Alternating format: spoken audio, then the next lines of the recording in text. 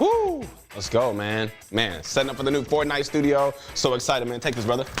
Bunch of Crunch Army, where you at? Your motivation guy is back. You know what time it is, right? It is time for season 5. It is finally upon us yet again, and we've entered the cycle of trying to reach champs. I hope you guys are so excited, man, because the possibilities are just endless, honestly. And with that being the case, you already know what's going on here, right? We're coming back at you with a brand new guide on how you can start dominating Arena, you know, in this brand new Fortnite season. Brand new season, brand new possibilities. Own it. Make it your own, guys. You can do it. And before we hop into our Arena guide, or if you're looking for more, like even more of the most helpful and up-to-date tips and content to improve at Fortnite, look no further than ProGuides.com, where you're gonna find a ton of amazing guides and courses, 24/7 on-demand coaching from pros, and our brand new course with the legend himself, Clicks. And with that being said, ladies and gentlemen, let's get this going.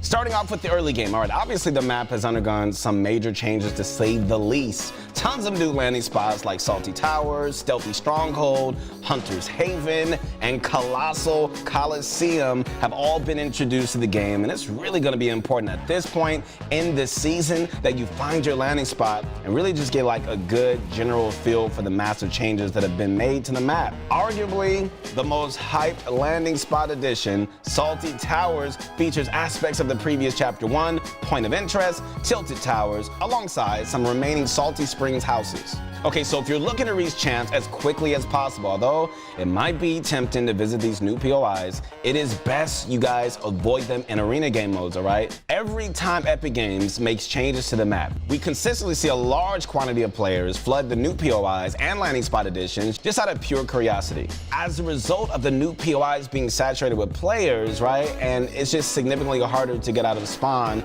making it less likely you're gonna make it deeper into games, allowing yourself really to rack up placement points, right? With the total placement points for arena game modes being 180 every game, and kills ranging from 10 to 20 points per kill, depending on whether you are playing solo or duo arena. It's even more apparent just how important securing these placement points are if you're looking to get to Champions League fast. Apart from finding a good spot, getting good at fighting an early game is going to be another crucial practice method. Similar to past seasons, all right, fighting an early game is still a solid strategy, and it's a great way to set yourself up for the rest of the game. In terms of practicing early game, okay, you can do it by simply playing a tournament or arena match and just fighting with confidence, practicing realistic 1v1s and creative, and just generally practicing your mechanics through things like aim maps, edit courses, and simply free building and grinding out of 1v1s against other mechanical players.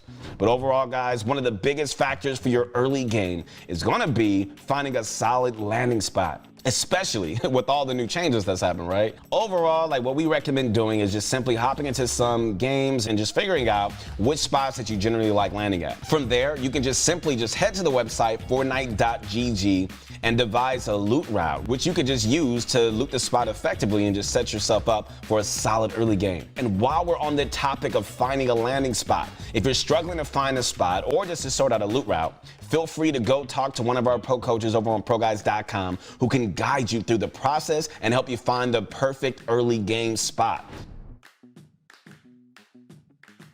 All right, so moving on to the mid game. This season is a fair bit different because of not only the various map changes, but also the weapon and meta changes as well. Now, your playstyle here is really gonna depend on how confident you are with the new meta, weapons, and your general skill. With the Chapter 2 Season 5 update comes a boatload of weapon and meta changes. In terms of weapon meta, all right, there were some drastic changes here. Like first, for the vaulted weapons. Okay, so in Chapter 2, Season 4, there were a handful of weapon vaults, with the most significant vaults being the scoped AR, combat shotguns, and pumps were a staple in the loot pool. Alongside the weapon vaults, the fire trap was also vaulted. On the other hand, there were a ton of weapon unvaultings, which will surely make this season's loot pool very versatile. These unvaulted items include the tac shotgun, charge shotgun, double barrel shotgun, and the SMG. All right, so what do you guys think of this loot pool? Is it better than Season 4? Let me know in the comments down below. Alongside of these weapon changes, all right, there is a new form of movement that has been, never featured in Fortnite before. These crystal-like consumables allow you to teleport forward when you double tap your jump button. These crystals are essential for rotating. They can be found in the middle of the map and make it extremely hard for opponents to tag you up while rotating. Let me just say this, I strongly suggest that you use them, all right? This meta is drastically different than Chapter 2, Season 4 in all aspects. Like, if you're wanting to get to champs as quickly as possible, you gotta be analytical of your playstyle and just work to master this current meta as soon as possible. For the majority of us, the most optimal playstyle is gonna be playing edge zone, preferably on the dead side, and just grabbing placement points, then fragging out an end game just like we would during any other season. So if you're not familiar with the dead side of the zone, essentially it's just the opposite of the side everybody's rotating into. So with that in mind, playing the dead side of zone is one of the most consistent ways to rack up those placement points and really just start to rank up as well. If you've gotten good practice with the new meta and you feel confident pushing for kills, then we do recommend playing a passive aggressive playstyle. Don't just W key everybody that you see like a complete psycho, but also don't be afraid to play aggressive when you got to. So some of the biggest things that are going to really help you in mid-game are not only practicing, in realistic 1v1s and getting good at fighting, but also specifically practicing with the new items introduced to the game and just really getting good with them.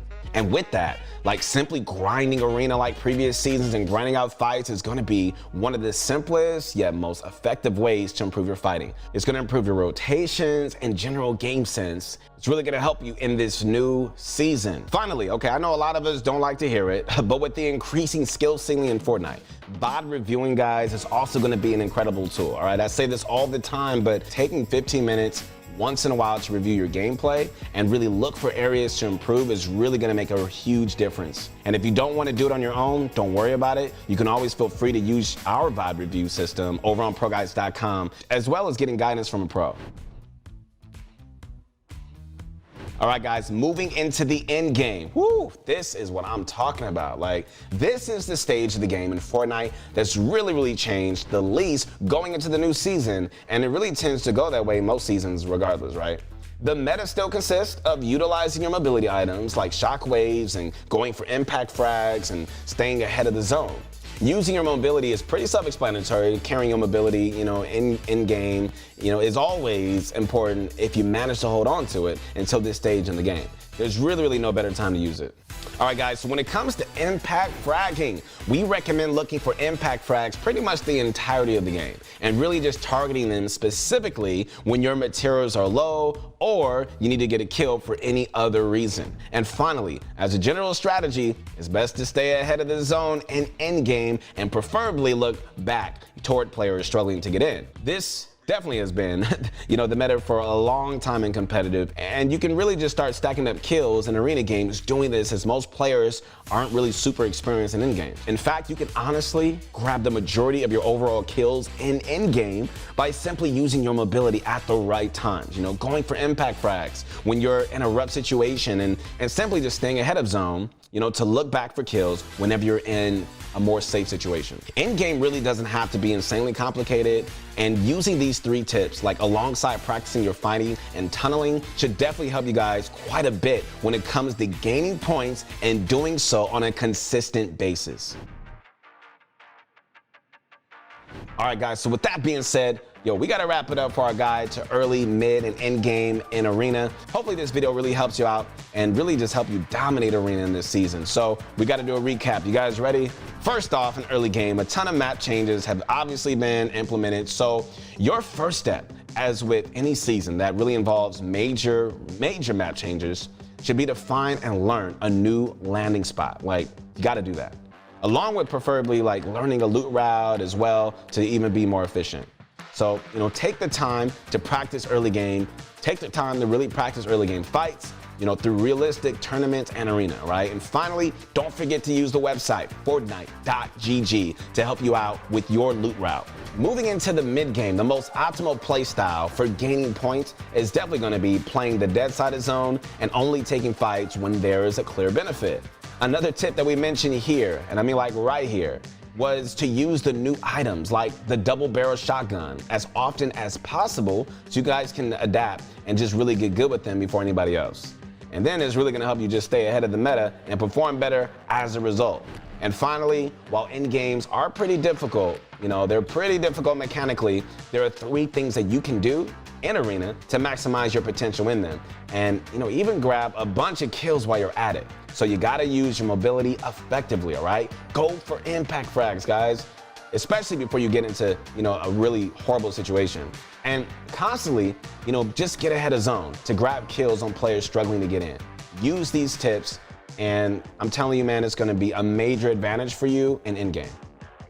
With that being said, bunch of Crunch Army, that's going to wrap it up for today's video for our Season 5 Arena Guide. Hopefully these tips and strategies are really going to help you guys reach champs quickly and really improve at the game. You can do it, man. I believe in you guys. Let us know down, in the comments, how many points you have so far in the season, because I'm really curious to hear how Arena has been treating you so far. And once again, bunch of Crunch Army, man, check out our brand new course with Clicks over on ProGuides.com, where he discusses adapting to the meta, his favorite practice methods for tournaments, endgame tips, and so much more. And be sure to go and sign up so you do not miss out. I'll see you again next time. Keep grinding.